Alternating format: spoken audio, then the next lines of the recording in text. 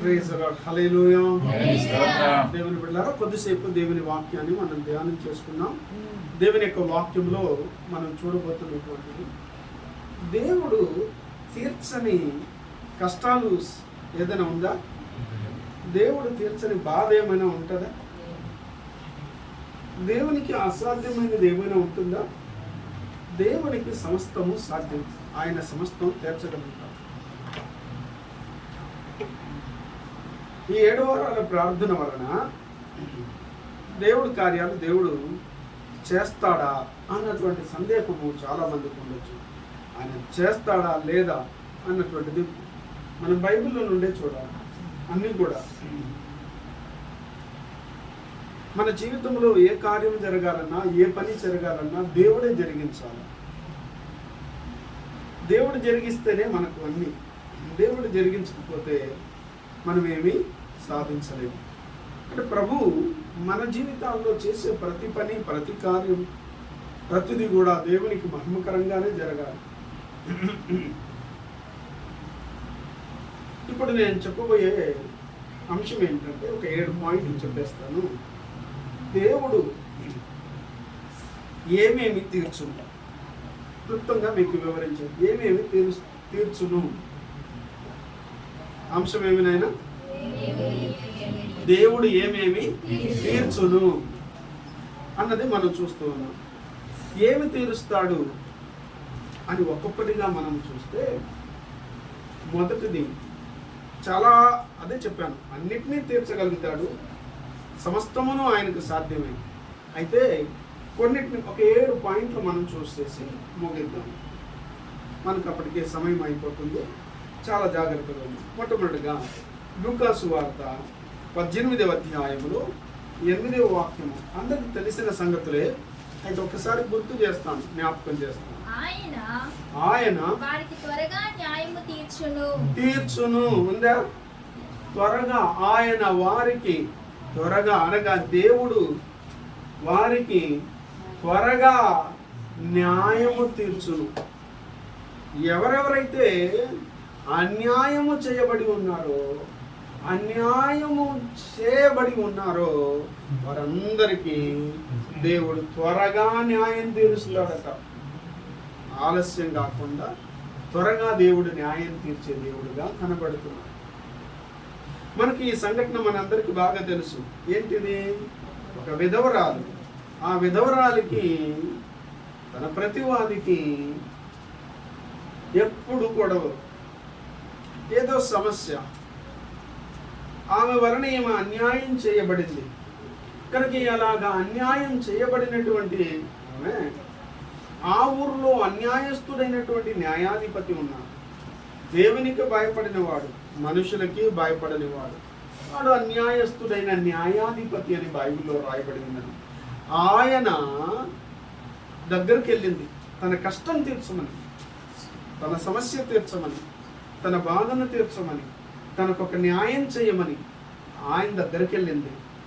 అయితే ఆయన కొంతకాలముగా ఒప్పకపోయాను అని రాయబడింది. ఎంతకాలంగా? కొంతకాలంగా ఒప్పకపోయాడంట. ఏంటి? ఈమె వదలలేదు. మాటి మాటికి వెళ్ళి ఆయన ఏం చేసిందంటే తొందర పెట్టేసింది. ఆయనతో వెళ్ళి గోజాడింది, బతిమలాడింది. అంటే ఇప్పుడు దేవుడు 7 వారాల ప్రార్థన ద్వారా కార్యం జరిగిస్తాడా అన్నదానికి ఆమె ఎన్నిసార్లు పోయిందో మనకైతే తెలియదు. నా మాట మీరు బాగా అర్థం చేసుకోండి. ఈ 7 వారాల్లో ఆ విధవరాలు ఎలాగైతే అన్యాయస్తుడైన న్యాయాధిపతి దగ్గరికి వెళ్ళి మాటికి వెళ్ళి ఏం చేసిందంట? గోజాడుకునింది. ఈ 7 వారాల్లో ఈ కుటుంబం కోసం మనము అందరం కూడా దేవుని సన్నిధిలో గోజాడాలి, ప్రతిమలాడాలి, వేడుకోవాలి, విన్నపము చెల్లించాలా. అలా చెల్లిస్తే ఏం జరుగుతుందో, వాడు కొంతకాలం ఒప్పకపోయినాడు. అయితే ఈమె వదలకుండా ఏం చేసింది? పట్టుదలతో గోజాడింది. అలాగ గోజాడిన తర్వాత ఆయన ఏమనుకున్నాడంట? ఈమె నా దగ్గరికి మాటికి రాకుండా ఉండేటట్టు ఈమెకి న్యాయం తీర్చుదును అని అనుకుని ఆమెకి న్యాయం తీర్చేశాడంట. అప్పుడు యేసు ప్రభు ఈ ఉపమానంలో చెప్తూ, యా ఆ అన్యాయస్తుడైన న్యాయాధిపతి ఆమెకి న్యాయం తీర్చేటప్పుడు దివారాత్రము తన్ను గూర్చి మొరపెట్టు వారికి దేవుడు న్యాయం తీర్చడా అని ఒక ప్రశ్న వేసి దానికి జవాబు కూడా యేసు ప్రభుల వారే చెప్పారు. ఆయన త్వరగా న్యాయం తీర్చును. ఎప్పుడంట? దేవుని బిడ్డలారా, దేవుని సేవకుడిగా చెప్తున్నాను, మీ జీవితంలో మీ కుటుంబంలో ఎన్నోసార్లు ప్రార్థన చేసి అలసిపోయి ఉన్నారేమో, ప్రార్థనకు జవాబు రాలేదని బాధపడుతున్నారేమో. దేవుని సేవకుడు మాటికి నువ్వు దేవుని విడవకుండా ప్రార్థన చెయ్యి, మొరపెట్టు. నా దేవుడు ఎప్పుడు అన్యాయస్తుడు కాదు, అన్యాయస్తుడు. ఇప్పుడు నీ ప్రార్థన లోటు కనబడతాది. ఇప్పుడు నువ్వు సరిగ్గా ప్రార్థించటం లేదు, లేకపోతే ఒకసారి అడిగేసి విడిచిపెట్టేసాము, చేస్తాడులే అని, ఒకవేళ ఇంకేం చేస్తాడులే అని చెప్పి నీకు విసుగు పుట్టిపోయి దేవుని అడగకుండా ఆపేసాము. ఆమె చూడండి, ఆ అన్యాయస్తుడైన న్యాయాధిపతికి విసుగు వచ్చేటట్టు చేసింది, ఏమి విసుగుపోలేదు. బాగా గమనించండి దేవుని. అందుకనే యేసు ప్రభు ఈ ఉపమానం దేనికోసం చెప్పాడంటే, మీరు విసుగక నిత్యము ప్రార్థన చేయుచుండవలెనని ఈ ఉపమానం చెప్పాడు యేసు ప్రభు. అనగా దేవుని తలంపుల ఉద్దేశంలో ఏముందంటే, మనము ఎప్పుడు ఏం చేయాలంట? ప్రార్థనకి విసుగు రాకుండా ఉండాలి. ఏమే ఎప్పుడు ప్రార్థన అని పోతావా అని చెప్పి భార్యని ఏం చేయకూడదు? విసుక్కోకూడదు. ఇంట్లో వాళ్ళు ఎప్పుడు ప్రార్థన అని పొడుస్తుంది అని విసుక్కుంటా అంటారు భర్తలు. వాళ్ళు విసుకి చూడండి, వాళ్ళకు తెలీదు. మాటికి ప్రభు దగ్గర వెళ్ళాలా, గోజాడాలా, ప్రార్థన చేయాలి. దేవుడు అప్పుడు త్వరగా న్యాయం తీరుస్తాడు. ఈరోజు దేవుని బిడ్డలారా, మోహనమ్మ కుటుంబానికి దేవుడు త్వరగా న్యాయం తీర్చునుగా. చూసారా? ఆమెకే కాదు, కూడి వచ్చిన మీ అందరికి దేవుడు త్వరగా న్యాయం తీర్చునుగా. దీన్ని వింటున్న ప్రతి ఒక్క బిడ్డల కుటుంబాలలో దేవుడే న్యాయం తీర్చునుగా. మనకి ఈ సంవత్సరపు వాగ్దానం ఏమన్నా? న్యాయాధిపతి దేవుడు. మా దేవుడు ఎవరు? ఆ న్యాయాధిపతి మనకు త్వరగా న్యాయం తీరుస్తాడు. కాబట్టి మీకు అప్పుడే ఈ వాక్యాన్ని అందరూ కూడా చెప్పుకుంటారు, గుర్తుంచుకోండి. కాబట్టి దేవుడు మనకు తీర్చేది ఏం తీరుస్తాడు? నంబర్ 1, దేవుడు మనకి ఏం చేస్తాడు? రెండవది, కీర్తనల గ్రంథం 37లో 4. కీర్తనల గ్రంథం 37:4. యెహోవాను బట్టి సంతోషించుము. ఎవరిని బట్టి? యెహోవాను బట్టి. నన్ను ఫ్యాన్ ఆఫ్ చేసింది. యెహోవాను బట్టి సంతోషించుము. ఆయన నీ హృదయ వాంఛన తీర్చును. కరెక్ట్ గా చదవండి. ఆయన నీ హృదయ వాంఛనలను తీర్చును. హల్లెలూయా. తండ్రి స్తోత్రం. బాగా చదువు. ఆయన నీ హృదయ వాంఛనలను తీర్చును. ప్రభువా, యేసురాజు. వేరెవరు చదవండి నేను, వేరెవరు? యెహోవాను బట్టి సంతోషించుము. ఆయన నీ హృదయ వాంఛలను తీర్చును. వాంఛన కాదు కాబట్టి వాంఛలను తీర్చును. ఇప్పుడు దేవుడు రెండవదిగా తీర్చేది ఏంటంటే హృదయ వాంఛలను. మామూలు వాంఛలు కాదు, హృదయ వాంఛలను తీర్చును. అనగా వాంఛలు అనగా కోరికలు. అందుకనే ప్రభు దగ్గర, ప్రభువా నాకు నోటికి మాటలు ఇవ్వు ప్రభు, నా నోటి మాటలను తప్పిపోకుండా ఉండేటట్టు, తప్పు రాకుండా ఉండేటట్టు, దానికోసం ఎక్కువగా ప్రార్థన చేయను. ఆయన ప్రార్థన చేసినప్పుడు నీ ఆసక్తి గొప్పది అయితే ఆసక్తి ప్రకారంగానే మనము దేవుని దగ్గర ప్రార్థన చేయాలి. ఆ బిడ్డ హృదయ వాంఛ ఏంటి? నా తల్లి, మా తండ్రి, మా అన్నదమ్ములు, మా బంధువులందరూ రక్షించబడాలా.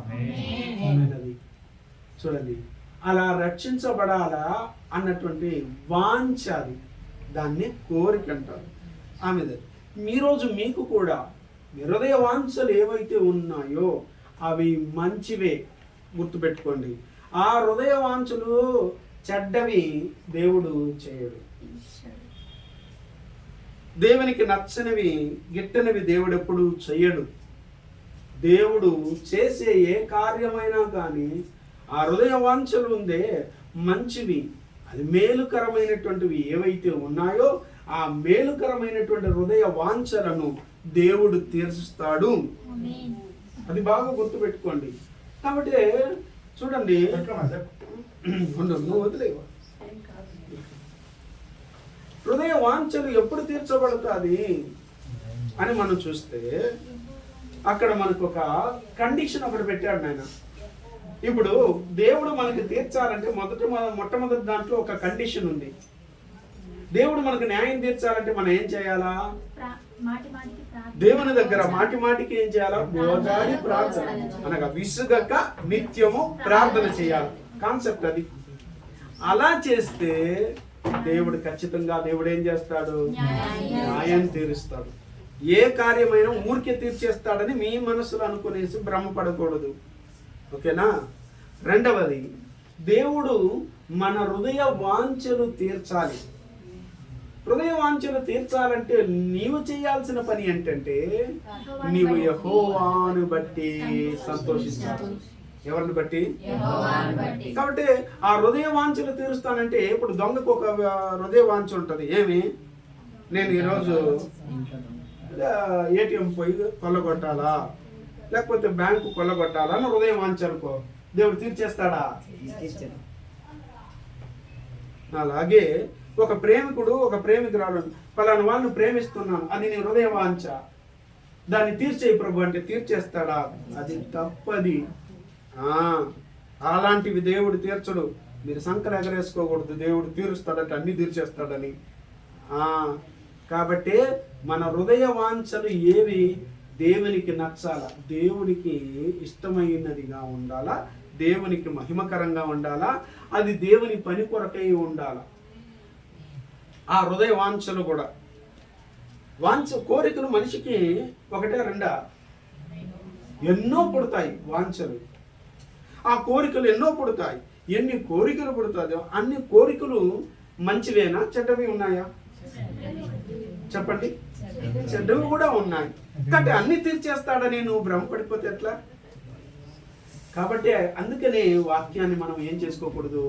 అపార్థం చేసుకోకూడదు, తప్పుగా తీసుకోకూడదు. ఒకవేళ ప్రభువా నువ్వు హృదయంలో అనుకోనా, ఈరోజు నాతో మాట్లాడు ప్రభువా అని చెప్పి ప్రార్థన చేసుకునేసి కళ్ళు మూసుకొని బైబిల్లో ఒక పుల్ల పెట్టి తీసిన నేరుగా అదే వచ్చేసింది. అదే వచ్చేది. ప్రభు నీ హృదయ వాంఛను తీర్చును అని వచ్చేస్తే నువ్వేం చేస్తావు? అది కాకుండా అదిగో నువ్వు పోయి ఊరు పెట్టుకొని చచ్చిపో అని వచ్చింది అనుకో, ఉంది బైబిల్లో. అది వస్తే దేవుడు మాట్లాడలేదేమో, ఇంకొకసారి చేద్దాం ఆమె విడిదేద్దాం. అట్టెప్పుడు బైబిల్ తీయబాకండి. హృదయ వాంఛలను తీర్చే దేవుడు ఎలా తీరుస్తాడంటే మనం దేవుని బట్టి సంతోషించాలి. ఆస్తిని బట్టో, ఐశ్వర్యాన్ని బట్టో, అందమును బట్టో, లేకపోతే మనం కలిగిన వాటిని బట్టో, వేరే దేని బట్టో మనుషులు సంతోషించడం చూస్తున్నాడు కదా. వాటిని బట్టి సంతోషించే దాని వలన నీ యొక్క హృదయ వాంఛ తీర్చబడదు. దేవుని బట్టి ఆనందించు, దేవుని బట్టి సంతోషించు. దేవునిలో ఈ ఆనందం, సంతోషం కలిగి ఉండాలా. అప్పుడు నీ హృదయ వాంఛను దేవుడు తీరుస్తాడు. రెండవది, మొదటిది ఏంటన్నా? త్వరగా న్యాయం తీరుస్తాడు. ఎలా ఉంటే? విసుగక నిత్యం ప్రార్థన చేస్తుంటే దేవుడు నీ హృదయ వాంఛను తీర్చును. ఎప్పుడు? కోపాన్ని బట్టి సంతోషం, హ్యాపీనెస్. అక్కడ గుర్తుపెట్టుకో. మీరు అనవచ్చు, దేన్ని బట్టి మేము సంతోషించేది? మా ఇంట్లో ఏముంది అని సంతోషించేది.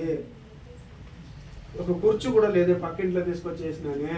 ఒక సాప లేదే, ఒక దిండు లేదే, ఒక సోఫా లేదే, ఒక ఇది లేదే, ఒక ఫ్రిడ్జ్ లేదే, ఒక బీరువా లేదే, ఒక కంచం లేదే, ఒక మంచం లేదే, ఏమి లేదే. దేన్ని బట్టి నన్ను సంతోషించమంటావు? నెలకి ఏమైనా 1 లక్ష రూపాయలు ఏమైనా వస్తా ఉందా? లేకపోతే దేన్ని బట్టి సంతోషించమంటావు? నాకున్న నగలా, లేకపోతే జిమికీలా, వడ్డానాలా, లేకపోతే దేన్ని బట్టి నన్ను సంతోషించమంటావు అని చెప్పి మనము అనుకోవచ్చు. దేనికయ్యా సంతోషించేదేని? ఇవన్నీ నీకు సంతోషాన్ని తాత్కాలికంగా కలిగజేస్తుంది. వీటిని బట్టి కాదు, దేవుని బట్టి. ఏమి? దేవుని బట్టి, యెహోవాని బట్టి సంతోషించడం అంటే, ప్రభువా నువ్వు నాకు రక్షణ ఇచ్చావు, నువ్వు నాకు రక్షణకర్తవి, నువ్వు నాకు తండ్రివి, నువ్వు నాకు సమస్తమును ఇచ్చే దేవుడు కనుక నిన్ను బట్టి నేనేం చేస్తాను, సంతోషిస్తాను అని చెప్పి సంతోషిస్తా ఉంటూ ఆటోమేటిక్గా నీ హృదయ వాంఛలన్నీ తీర్చుకుంటా వస్తాను. మళ్ళీ చెప్తున్నా, అవి మంచిదే, మంచిదే, మంచి వాటిని, మంచి హృదయ వాంఛలన్నీ తీరుస్తాడు. ఇది బాగా గుర్తుపెట్టుకోండి. చాలా మంది సేవకులు ఇది చెప్పరు, యెహోవాను బట్టి సంతోషించు నీ హృదయ వాంఛను తీరుస్తాడని చెప్పి ఆపేస్తూ ఉంటారు. వాళ్ళు విశ్వాసులు ఏమైపోతారు, ఎగ్జైటింగ్ అయిపోయి అన్ని తీర్చేస్తాడని అనుకుంటారు. No no no no. కాబట్టి ప్రభువుకి నచ్చినది, దేవుడికి ఇష్టమైనటువంటివి నీ హృదయ వాంఛను తీరుస్తాడు. ఇది రెండవది. మూడవది, గలతీయులకు రాసిన పత్రిక 3వ అధ్యాయం 8వ వాక్యం. గలతీయులకు రాసిన పత్రిక 3వ అధ్యాయం 8వ వాక్యం చదువుదాం. నేను గలతీయులకు రాసిన పత్రిక 3వ అధ్యాయం 8వ వాక్యం. దేవుడు విశ్వాస మూలముగా అన్యజనులను నీతిమంతులుగా తీర్చునని లేఖనము ముందుగా చూచి నీ యందు అన్యజనులందరూ ఆశీర్వదింపబడుదురని అబ్రహామునకు సువార్తను ముందుగా ప్రకటించెను. బాగా గుర్తుపెట్టుకున్నాను. ఇప్పుడు బాగా గమనించండి. మీరేమనుకుంటున్నారంటే సువార్త అనేది మనకు కొత్త నిబంధనలోనే అనుకుంటున్నాం సువార్తలు చెప్పేది కాదు. సువార్త ప్రకటించిన మొట్టమొదటి ఏకైక వ్యక్తి లేకపోతే దేవుడు ఎవరంటే యెహోవాయే. మన యెహోవా దేవుడు సువార్తను ప్రకటించింది. ఎవరికి ప్రకటించాడంటే అబ్రహాముకు సువార్తను ముందుగా ప్రకటించాడంట. చదవండి నేను మరొకసారి ఆ మాట. దేవుడు ఇప్పుడు చూడండి, దేని మూలముగా? విశ్వాస మూలముగా అన్యజనులను. ఇప్పుడు అండర్లైన్ చేసుకొని మన సబ్జెక్ట్ ఏంటి? దేవుడు ఏమేమి తీర్చును అని. ఇప్పుడు మనల్ని అన్యజనులుగా ఉన్న మనల్ని నీతిమంతులుగా తీర్చాడు. హల్లెలూయా. ఎలా ఉన్న వాళ్ళని? అది నువ్వు లేదు, నాకు అర్థమైపోయింది. అందుకనే మనసు పెట్టి వినాలి నాయన. మైండ్ ఒక పక్క, మనం ఒక పక్క ఉండకూడదు నాయన. ఎందుకంటే ప్రేయర్కి వచ్చి కూడా వేస్ట్ కదా నాయన. బాగా గమనించండి. అన్యజనులను నీతిమంతులుగా తీరుస్తాడు. మనం ఇదివరకు ఎవరు? మనము అన్యజనులంటే దేవుని ఎరుగకుండా ఉన్న వాళ్ళందరూ అన్యజనులు అని. పరజనులు, దూరస్తులు, వాళ్ళని అన్యజనులు అన్నారు. ఎందుకంటే అలా అన్యజనులుగా ఉన్న మనల్ని దేని ద్వారా అంటే విశ్వాసము ద్వారా నీతిమంతులుగా ఏం చేశాడు? దేవుడు నీతిమంతులుగా నేను ఈ పాయింట్ అట్లే ఉంది మీకు ఎందుకంటే మీకు తెలియని విషయాన్ని మీకు ఒకటి చెప్పాను. అదే ఏంటంటే సువార్తలు మనకు మత్తయి సువార్త, మార్కు సువార్త, లూకా సువార్త, యోహాను సువార్తలో ఇట్లా సువార్తలు ఇక్కడే కదా ఉంది. అక్కడి నుంచే కదా సువార్తలు ప్రకటించడం ప్రారంభించాలని మనుషులు భ్రమపడుతున్నారు. అసలు సువార్తికుడు, మొట్టమొదటి సువార్తికుడు ఎవరంటే తండ్రి అయిన దేవుడు. ఎవరికి ప్రకటించాడంటే అబ్రహాము గారికి దేవుడు ఏం చేశాడంటే సువార్తను ప్రకటించినట్టుగా మనం చూస్తున్నాం. ఇప్పుడు చదవండి. అక్కడ విశ్వాస మూలంగా వారు నీతిమంతులుగా తీర్చునని, అన్యజనులను నీతిమంతులుగా తీర్చునని నీ యందు అనగా అబ్రహామునందు అన్యజనులందరూ ఆశీర్వదింపబడుదురని అబ్రహామునకు సువార్తను ముందుగా ప్రకటించాడు దేవుడు. సువార్తను ముందుగా ప్రకటించాడు. కాబట్టి దేవుడు మనని ఇప్పుడు అది ఆ మైండ్లో పెట్టుకోండి. ఇప్పుడు మన సబ్జెక్ట్లోకే ఉందాం. దేవుడు మూడవదిగా మనకు తీర్చేది ఏం తీరుస్తాడంటే అన్యజనులుగా ఉన్న మనల్ని నీతిమంతులుగా తీరుస్తాడు. ఎందుకు మనల్ని ఇక్కడ కండిషన్ ఏంటంటే ఎవరి మూలంగా, ఎవరి ద్వారా అంటే అబ్రహాం. అదన్నమాట దేవుడు. అందుకని నీ యందు అన్నాడు. నీ యందు ఎవరు? అబ్రహాము. అన్యజనులందరూ ఏం చేయబడాలంటే నీతిమంతులుగా తీర్చబడాలి. ఎందుకంటే అబ్రహామి విశ్వాసులకు తండ్రి అని పిలువబడ్డాడు. ఆయన మూలంగానే అందరూ మనం నీతిమంతులుగా మారాలి. ఇప్పుడు మీకు అర్థమయ్యేటట్టు ఒక మాట చెప్తాను. జక్కయ్య ఇంటికి వెళ్ళాడు. జక్కయ్యను దేవుడు ఈ నేడు ఇంటికి రక్షణ వచ్చేసింది అని చెప్పి ఒక మాట చెప్పాడు. నువ్వు అబ్రహాము కుమారుడివి. ఏ కుమారుడివి? అన్యుడు వాడు, అన్య జనాంగం. ఒక్క ఉదాహరణ చెప్పాను. అందుకనే ఇమ్మీడియట్గా ఎందుకు అతన్ని అబ్రహాము లిస్టులోకి అబ్రహాముతో, ఎందుకంటే దేవుడు చెప్పిన వాగ్దానము నెరవేరాలి. యేసు ప్రభు వచ్చింది కూడా అదే దాన్ని ఫాలో అవుతూ కరెక్ట్గా చెప్పారు. ఆయన ఆ లిస్టులో చేర్చేశారు. ఇతను కూడా అబ్రహాము కుమారుడే అన్నాడు యేసు ప్రభు. రైట్. ఇంకొక ఉదాహరణ చెప్తాను. లాజరు దీనుడు, దరిద్రుడు చనిపోయాడు. ఎవరి రూమ్లోకి వెళ్ళాడు? ఎంతో మంది ఆల్రెడీ చనిపోయిన వాళ్ళు ఉన్నారు పరదేశంలో. వాళ్ళ రూమ్లోకి వెళ్ళిపోయి ఆనుకోవచ్చుగా. అబ్రహాము రొమ్ములోనే ఎందుకు వచ్చి ఆనుకున్నాడు? ఆనుకోవడం అంటే పోయి ఆయన ఓడిలో కూర్చొనేసి పోయి ఆనుకున్నాడని మీరు అక్షరార్థంగా తీసుకోవాకండి. అంటే ఆ లిస్టులో చేర్చబడ్డాడు, ఆ విశ్వాసము లిస్టులో, అనగా నీతిమంతుడిగా తీర్చబడినాడు. కాబట్టి అవినీతిమంతులము ఇది వరకు తాగే వాళ్ళము, బీడీ సిగరెట్ అలవాటు కలిగిన వాళ్ళము, లేకపోతే ఏదేదో అలవాట్లు ఉన్న వాళ్ళము దాన్ని విడిచిపెట్టి మనల్ని నీతిమంతులుగా, అవినీతిమంతులుగా ఉన్న వాళ్ళని నీతిమంతులుగా ఆయన మాత్రమే తీరుస్తాడు. ఈ లోకం మనల్ని ఎప్పుడైనా నీతిమంతులుగా తీరుస్తుందా? మనం ఎప్పుడెప్పుడు చేసిన తప్పులను కూడా ఏం చేస్తుంటది అని చెప్తానే అంటారు. అది ఈ లోకం చేసే పని.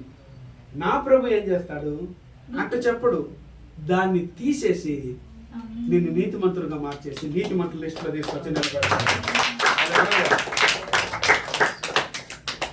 ఆయన నీతిమంతులుగా తీర్చకపోతే నేను ఈరోజు నిలబడి నీకు బోధించగలిగి ఉంటాను?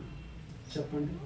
ఈరోజు మనం ఆయన రక్తం చేత కడుగబడి మనం నీతిమంతులుగా ఈరోజు కూర్చొని వాక్యం వినగలిగి ఉంటామా? అందరం పాపులమే, పాపం చేసి ఉన్న వాళ్ళమే. దేవుడు ఉచితమైన కృప చేత మనల్ని నీతిమంతులుగా తీర్చాడు. మన శక్తి, మన తెలివి, మన జ్ఞానము, లేకపోతే మన యొక్క మంచితనమో, లేకపోతే మన యొక్క దాన ధర్మాలో కాదు. దేవుని కృప, ఉచితమైన కృప మనల్ని నీతిమంతులుగా చేసింది. కాబట్టి మూడవది, అందుకని చూడ, ఇది వరకు మనం ఎట్టో ఉన్నాం. నేను పలుమార్లు చెప్పాను. ఇప్పుడు నువ్వు ఎవరంటే నీతిమంతురాలునా? ఇది వరకు ఎట్ట బతికినారో నాకు తెలీదు. వద్దు, పాత బ్రతుకులు వద్దు, పాతవి జ్ఞాపకం చేసుకోవద్దు, పాతవి గుర్తు పెట్టుకోవద్దు. ఎట్ట బ్రతికారో అది అవసరం లేదు దేవునికి. నేను నిన్ను నీతిమంతురాలుగా మార్చేశాను, నీతిమంతులుగా మార్చేశాను. కాబట్టి ఇంక మీట మీరు ఎట్టుండాలంటే నీతిమంతులుగానే ఉండిపోవాలి. అలా ఉండి మరణిస్తే నీతిమంతుల యొక్క మరణం దేవుని దృష్టికి చాలా విలువైనది. యెహోవా భక్తుల మరణం దానికి పేరు. ఎవరి మరణము? భక్తిహీనుడు మరణించినట్టుగా మనం మరణించకూడదు, యెహోవా భక్తులుగా మరణించాల. అది నీతిమంతులకు వచ్చే మరణం. అందుకనే భక్తుడు ఒక ఆయన, నీతిమంతునికి వచ్చిన మరణము నాకు వచ్చునుగా అని ప్రార్థన చేశాడు అని బైబిల్లో ఉన్న సంగతి. ప్రార్థన అదే చేయాలి. ప్రభువా, భక్తిహీనుడుగా చనిపోకూడదు, భక్తిపరులుగా చనిపోకూడదు. సమాజంలో గౌరవం వస్తుంది. నీతిమంతులుగా తీర్చబడిన తర్వాత సమాజంలో నీకేమొస్తుందంటే, అది వరకు అవినీతి మంతులుగా ఉంటే ఎవరైనా మతించినారా? మీరందరూ వదిలేను నాన్న, ఎక్కడుండవరా కుక్కని నన్ను ఎవడైనా మతించుంటాడా నాయన? నేను ఎవరికైనా తెలుసుంటానా నాన్న? ఏ రోజైతే నా ప్రభు కడిగి శుద్ధి చేసి నీతిమంతులుగా చేశాడో ఈ రోజు ప్రపంచానికి నేను ఎవరో తెలుసు. ఊరికి ఒక్కొక్క ఊరికి పోయినా, ఒక్కొక్క ఊరిలో వాళ్ళైనా ఒక్కరైనా నన్ను గుర్తుపెట్టగలుగుతారు. ఆ గౌరవం ఏంటి? ఆ మర్యాద ఏంటి? ఏమి యేసు ప్రభువు వచ్చేసినట్టుగా కాళ్ళ మీద పడ్డం ఏంటి? ఏమి ఆ నీతిమంతులుగా తీర్చబడ్డాము కాబట్టే కదమ్మా. అట్టే ఉంటే కాళ్ళ మీద పడేదాని వల్ల కాలు వారి దమని కొడతారటే, లాగేస్తారు. అందుకే నీతిమంతులుగానే బ్రతకడం నేర్చుకోండి, అవినీతిమంతులుగా ఉండకూడదు. దేవుడు మనల్ని నీతిమంతులుగా తీర్చేశాడమ్మా. ఎన్నోది? మూడవది. నాలుగవది చూద్దాం. తెస్సలోనికి రాసిన మొదటి పత్రిక 3వ అధ్యాయం 9వ వాక్యం. త్వరగా చెప్పి ముగిస్తాను. తెస్సలోనికి రాసిన మొదటి పత్రిక 3వ అధ్యాయం 9వ వాక్యం చదువు. మేము మీ ముఖము చూచి మీ విశ్వాసములో ఉన్న లోపమును తీర్చునట్లు ఎట్లమా? లోపమును తీర్చు. దేంట్లో ఉన్న లోపం? విశ్వాసంలో కొంత లోపం ఉంది మీకు. తెస్సలోనికలో ఉన్న వాళ్ళకి పౌలు గారు రాస్తూ ఆ సంఘస్థులకి, ఆ సంఘంలో ఉన్న బిడ్డలకి ఏం లోపంలో ఉన్నారంటే విశ్వాసంలో లోపంగా ఉన్నారు. కనుక మీ విశ్వాస లోపమును తీర్చునట్లు అనుగ్రహించుమని రాత్రి పగళ్ళు అత్యధికముగా దేవుని వేడుకొనుచుండగా. అంటే ఇప్పుడు 4వది, దేవుడు మన విశ్వాసంలో ఉన్న లోపాలను కూడా ఏం చేస్తారంట? అది తీసివేయడానికి సేవకులు రేయిం పగలు ప్రార్థన చేస్తున్నారు. ప్రభువా, సంఘ బిడ్డల్లో అవిశ్వాసం ఉండకూడదు, విశ్వాసంలో లోపాలు ఉన్నాయి, ఆ లోపం లేకుండా చేయి ప్రభు అని చెప్పి. అంటే ఎందులోనైనా లోపం ఉండొచ్చు, విశ్వాసంలో లోపం ఉంటే బండి ముందుకు సాగదు. మా బండి స్టార్ట్ అవ్వలేదంటే బండిలో ఏదో లోపం ఉంటేనే కదా, బండికి సాగలేదు, ముందుకు స్టార్టింగ్ అవ్వడం లేదు. ఏమైంది? బండిలో ఏదో లోపం ఉంది, ఆ లోపాన్ని తీర్చాలి ఫస్ట్. అలాగా మన విశ్వాసం అనేటువంటి ఈ వాహనం ముందుకు నడవాలంటే విశ్వాసం నుండి లోపాన్ని తీర్చాలి. అది దేవుడే సేవకుల ద్వారా, వాళ్ళ ప్రార్థన ద్వారా లోపాలను ఏం చేస్తాడు? ఇప్పుడు చూడండి, ఇలా విశ్వాసంలో లోపాలు ఉండాలని ఎవరు ఎత్తి చూపించాలో, ఎత్తి చెప్పాలా చెప్పు? సేవకులతో చెప్పాలా? దేవుడు వచ్చి నేరుగా సేవకుల ద్వారా ఏం చేస్తాడు? మనం లోపాలను ఎత్తి చూపిస్తే సేవకులు, మనకు వస్తుంది కోపాలు. దేని ఎత్తి చూపిస్తే? లోపము. లో తీసేస్తే లోప దగ్గర కో పెట్టు. ఏమి? కోపము. అమ్మో, ఈ పిల్లలకు కూడా ఎంత కోపం ఉందా? ఇంత జిట్టాంగిలాగా ఉంది, జిట్టాంగికి ఇంత కోపమా?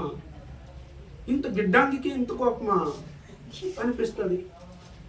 జానడే, బిత్తుడే, అమ్మో అంత కోపమా? లోపం ఎత్తి చెప్తే ఎప్పుడు గుర్తుపెట్టుకున్నానా, ఎవరిలోనైనా ఏదైనా ఒక లోపం కనబడితే సేవకుడికి ఆ లోపాన్ని ఎత్తి చెప్పేటప్పుడు వెంటనే ఆ లోపాన్ని మంచి మనసుతో ఏం చేయాలంటే సరిదిద్దుకోవాలి. అది సరిదిద్దుకునే అక్కడ వస్తుంది. ఆ సరిదిద్దుకునేటువంటి ఇది లేకపోతే, అందుకనే లోపానికి బదులు ఏమొస్తుందంటే కోపం. ఏమొస్తుంది? ఇప్పుడు ఆ కోపంతోనే దేవుడు కూడా కోపపడి కోపంతో తీసుకెళ్ళి నరకంలో వేసేసేది. దగ్గర దగ్గర దగ్గర దగ్గర మండుందా కాలు ఇక్కడ అని. అక్కడికి పోకూడదని ఈ లోపం ఉంటే ఏడికెళ్తావు, ఆడికెళ్ళకుండా పరలోకం పోవాలని ఆ లోపాలను సరి చేసుకోమని సేవకులు చెప్పేది. ఇది సంఘస్థులకి నచ్చదు, విశ్వాసులకి నచ్చదు. విశ్వాసులకి ఏం చేయాలంటే, నందు సూపర్, ఎట్టనే ఉంది, ఉషా సూపర్, వెరీ గుడ్ అంటే అప్పుడే అంటారు. ఇదిగో కెజియా సూపర్ అనాల, సుక్కు సుక్కాపే అనాల, అట్టే జక్కయ్య వాడ బక్కయ్య అనాల, అట్టే సంతోషిస్తూ ఉంటాడు. ఇట్లా మన వాళ్ళని సేవకులు కూడా అట్లా తయారైపోయినారు సంఘాల్లో. ఎందుకంటే గద్దిస్తే నిలిచిపోతారు, నిలిచిపోతే కానుకలు రావని ఎవరిని ఏ లోపాలు ఎత్తి చెప్పకుండా వస్తే చాలరా సామె జనాలు అని చెప్పి పైన పూసేసి పంపించేస్తున్నారు. నేను అట్ట కాకుండా లోపాలు ఎత్తి చెప్తాను చూడు, నేనంటే నచ్చదు. అందుకే సంఘాలు మారిపోయేది, ఈ సంఘం వదిలిపెట్టి పారిపోయేది, వాళ్ళు గుమిగూడుకునేది, వాళ్ళు దూరంగా వెళ్ళిపోయేది. అదిగో వాళ్ళు అమ్మో అట్టే చెప్పేస్తున్నాడమ్మా, ఎవడో వచ్చేస్తున్నాడు, ఆకాశం నుండి దిగేస్తున్నాడంట, అట్టే చెప్పేస్తాడంట. ఎవడు చెప్పేసేది, ఏడ చెప్పేసేది? లోపాలు పెట్టుకుంటే ఎవడు ఏం చెప్పేసేది? వీళ్ళు వెళ్ళిపోయినారు కదా గ్రూప్, ఇంకొక గ్రూపుకు ఇంకొక సేవకుడు రెడీ అయి ఉన్నాడు. ఒక గ్రూప్ నిలిచిపోయింది. నాకు మొన్నదే తెలిసింది, నా కస్తూరి ఎక్కువ వచ్చి చెప్పింది, వాళ్ళ ఇంటికి వచ్చినారంట. మా ఆ పాస్టర్ వస్తా ఉన్నాడు మా ఇంటికి, వచ్చి చూడమే ప్రార్థన, అట్టే చెప్పేస్తున్నాడు. అప్పుడే చెప్పాను నేను, అట్టే చెప్పేస్తున్నాడంట. ఏం చెప్పేసేది అంటే ఏం చెప్తా ఉన్నాడు చెప్పు. అంటే మనిషిని ఎంత భ్రమ చూడు. ఎవరు అదో షారమ్మ, ఆ మరియమ్మ, వీళ్ళందరూ అదే మనుషుల మాట వినేసి అట్టే వెళ్ళిపోతున్నారు. వీళ్ళకి తెలియటం లేదు. అందుకని లోపాలు, ముఖ్యంగా లోపాలు ఎత్తి చెప్పే వాళ్ళు కావాలి. నేను ఇప్పుడు మీకు అర్థమయ్యేటని చెప్తానమ్మా. ఇప్పుడు అమ్మా, మీ ఇంట్లో అర్థం లేదు, మొహం కడుక్కునేసావు. అర్థం అయ్యేటట్టు చెప్తాను, బాగా వినండి. మొహం కడుక్కున్నావు, వేసి పౌడర్ గడ్డ అంతా అద్దుకునేసావు, వచ్చేసినావు బయటికి. వస్తే వసంతమ్మ ఎట్లా వేషం వేసుకొని వచ్చినట్టు వస్తుంది. అట్లే అమ్మా కొంచెం తుడుచుకోమా అంటే, పాస్టర్కి ఎప్పుడు ఇచ్చానా అంటే ఇంకేమో అంటే ఆ చెమటకి దానికి అదే ఆమె దాదాపు 6 అంగుళం ఎక్కించుండది మొహానికి. తుడుచుకోమా. ఇప్పుడు సరే బాత్రూంలో మొహం కడుక్కొని వచ్చావు కదా, సీమడి కాస్త ఇలా పూసుకొని తెల్లగా అయిపోయింది అది ముక్కుకి. ఇప్పుడు దాన్ని ఎవరో చూసిన వాళ్ళు చెప్తేనే కదా. అట్టే వదిలేస్తే అసింకంగా ఉండదా? మీకు అర్థమయ్యేదానికి అంత అసహ్యమైంది మన లోపాలు అనడానికి మీకు చెప్తున్నా. ఎవరైనా చూసి చెప్తేనే కదా తెలుస్తుంది. అమ్మ తుడుచుకో, బాగాలేదు, అది ఎట్లా ఉంది అని చెప్పిన చూసుకోను బా. నన్ను నెట్ట చెప్తావు నన్ను తీసుకోమని. నీ ముక్కులో ఏముందో చూసుకో ఫస్ట్ అని అంటే కదమ్మా. ఫస్ట్ నీది చూసుకో, నీ ముక్కులో ఏముందో చూసుకో, నీ మొహాన్ని ఏముందో చూసుకో అని తిరిగి రిటర్న్ అడిగితే, ఫస్ట్ వాళ్ళని చూసుకోమను అని అడిగితే చెప్పమ్మా. కొంచెం లోపాలని ఎత్తి చెప్పేటప్పుడు సరిదిద్దుకోవాలి. తిరిగి రిటర్న్ అవ్వకూడదు, రిటర్న్ మాటలు మాట్లాడకూడదు. అదే సైతాన్ మాటలనేది. అది దయచేసి చెప్తున్నాను. ఆ లోపాలను సరిదిద్దేది సేవకుడే కనుక వెంటనే సరిదిద్దుకోవాలా. సరి చేసుకున్నామంటే మనం బాగైపోతాం. అది లోపాలను తీర్చేది. ఎన్నవది ఇది? 4. 5వది యోహాను సువార్త 7వ అధ్యాయం 37వ వాక్యం చదువు. త్వరగా చెప్పి ముగిస్తాను. ఎంత టైం నేను వద్దు. ఆ పండుగలు మహాదినమైన అంత్యదినమున యేసు నిలిచి, ఎవడైనను దప్పిక కొనిన ఎడల నా యొద్దకు వచ్చి దప్పి తీర్చుకొనవలెను. ఏం తీర్చుకోవాలా? మన దప్పికను తీర్చే దేవుడు. 5వది ఏం తీర్చే దేవుడు? మన దప్పికను తీరుస్తాడు. అనగా నీళ్ళ దప్పిక అనుకోకండి. మాకు లేదా దప్పిక ఆయన వచ్చి తీర్చాలా?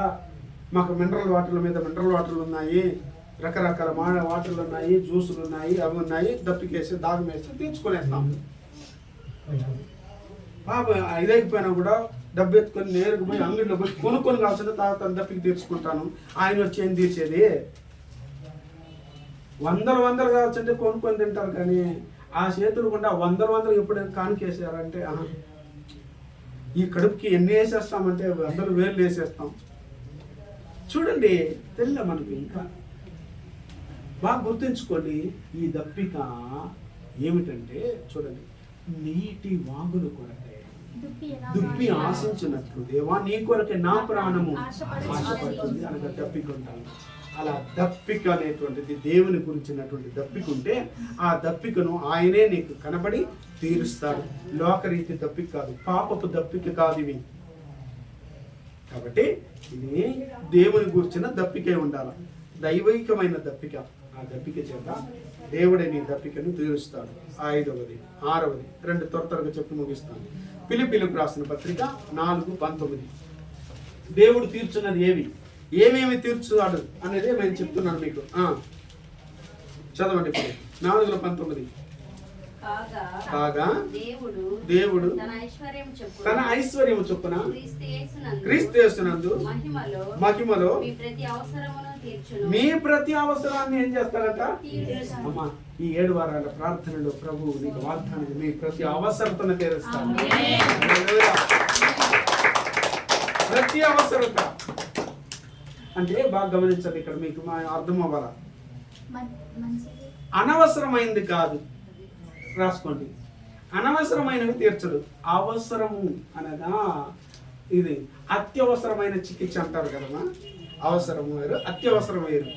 కాబట్టి దేవుడు నీకు ప్రతి ఒక్క అవసరం, ఇప్పుడు అర్జెంట్ ఏదో వాటిని తీరుస్తాడు. అర్జెంటువి, అవసరము అన్నదాన్ని ఇంగ్లీష్లో ఏమంటారు నాన్న? ఎమర్జెన్సీ. ఎమర్జెన్సీగా ఇప్పుడు నీకు ఏం కావాలో దాన్ని తీరుస్తాడు. మనం ఎప్పుడో ఫ్యూచర్ ప్లానింగ్ పెట్టుకుంటామే, దాన్ని ఇప్పుడు తీర్చాయి అంటే అప్పుడు రాని, నేను అప్పుడు తీరుస్తా, ఆ టైం రాని. అటు కాదు ప్రభువా, మాకు ఇప్పుడే తీర్చి చేసినాం అనుకో, అది ఉందని సంతోషంతో ఉంటాం ప్రభువా అంటే అంత కుదరదు. నీకు ఇప్పుడు ఏది అవసరం, ఆ అవసరతను దేవుడు తీరుస్తాడు. ప్రతి అవసరం ఒక్కటి వదిలిపెట్టడు. నీ ప్రతి అవసరతను దేవుడే తీరుస్తాడు. క్రీస్తు యేసు మహిమలో తీరుస్తాడు. 6వది 7వది లాస్ట్ చెప్పి ముగిస్తాను. హెబ్రీ పత్రిక 10:30. హెబ్రీ పత్రిక 10:30. పగ తీర్చుట నా పని, పగ తీర్చుట నా పని, నేను ప్రతిఫలం ఇత్తుననియు మరియు ప్రభువు తన ప్రజలకు తీర్పు తీర్చును అనియు. లాస్ట్ లో దేవుడు ఏం తీరుస్తాడంటే తీర్పు తీరుస్తాడు. మనం ఏదే బ్రతికినామో, ఎట్ట మాట్లాడినామో, ఏమేం చేశామో అన్నిటికీ దేవుడు ఏం చేస్తాడు? తీర్పు తీరుస్తాడు. 7వది తీర్పులో నిలబడాలి. తీర్పు తీర్చేది కూడా దేవుడే. కాబట్టి దేవుడు ఏమేమి తీర్చును ముగిస్తాను. నెంబర్ 1 త్వరగా న్యాయం తీర్చును. నెంబర్ 2 హృదయ వాంఛను తీర్చును. నెంబర్ 3 నీతిమంతులుగా తీర్చును. 4 విశ్వాస లోపములను తీరుస్తాడు. నెంబర్ 5 దప్పిక తీరుస్తాడు. నెంబర్ 6 ప్రతి అవసరం తీరుస్తాడు. లాస్ట్ లో అందరూ మన బతుకులను చచ్చిపోయిన తర్వాత దేవుని దగ్గర న్యాయం పీట దగ్గర నిలబడాలి కదా, అక్కడ అందరికి తీర్పు తీరుస్తాడు. నువ్వు చేసిన దానికంతా అక్కడ ఉంటుంది. ఇప్పుడు ఏమి జరగకపోవచ్చు, నీకు వాళ్ళకి ఏం జరగలేదే, ఏం అవ్వలేదే అని అక్కడ న్యాయ తీర్పులో అక్కడ నిలబడి న్యాయం దేవుని దగ్గర తీర్చి న్యాయంలో వాళ్ళు నిలబడాలి. ఇక్కడ అన్యాయం తాతకు మాత్రం చేసేయచ్చు. మనల్ని దేవుని ఎదుట నిలబడాలి ప్రతి వాళ్ళు. ఓకేనా? అప్పుడు ఆ న్యాయ తీర్పు తర్వాత నువ్వు పరలోకమా నరకం అనేది తెలుస్తావు. ఇది గుర్తుంచుకోండి. ఇప్పుడు దేవుడు ఏమేమి తీరుస్తారో చూసేసాం. కాబట్టి ఆయన తీర్చగలిగిన దేవుడు. ఈరోజు 7 వారాల ప్రార్థన ప్రారంభంలో సహోదరి రూతమ్మకి దేవుడు అన్నిటిలో దేవుడు సమస్తమును ఆయన ముందుండి తీర్చునుగా. ప్రార్థన చేసుకుందాం. దేవుడు వాక్యమును దీవించునుగాక. ఇప్పుడు ఏమైనా పని